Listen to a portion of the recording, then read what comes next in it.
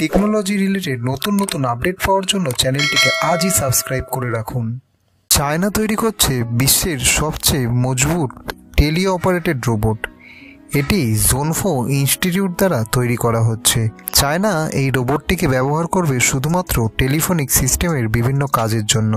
এই কাজ ছাড়াও এই রোবটটি বিভিন্ন ধরনের কাজ করতে পারে, যেমন ঘর মোছা, মানুষকে খাবার সার্ভ করা, ফুটবল খেলা ইত্যাদি আরও অনেক কিছু। এই রোবটের মধ্যে আছে খুবই উন্নত ধরনের এক ওয়াইফাই সেটিংস।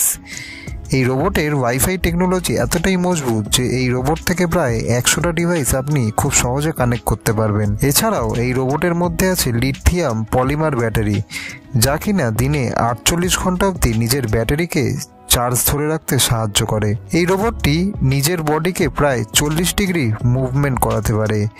এই রোবটটি বানাতে চায়নার খরচ পড়েছে ভারতীয় মুদ্রায় প্রায় 5 কোটির কাছাকাছি। একটি চাইনিজ কোম্পানিকে দেওয়া সাক্ষাৎকারে এই কোম্পানির মালিক বলছেন, গত 10 বছরের মধ্যে আমরা এই রোবটটিকে পুরোপুরিভাবে তৈরি করে নিতে পারবো।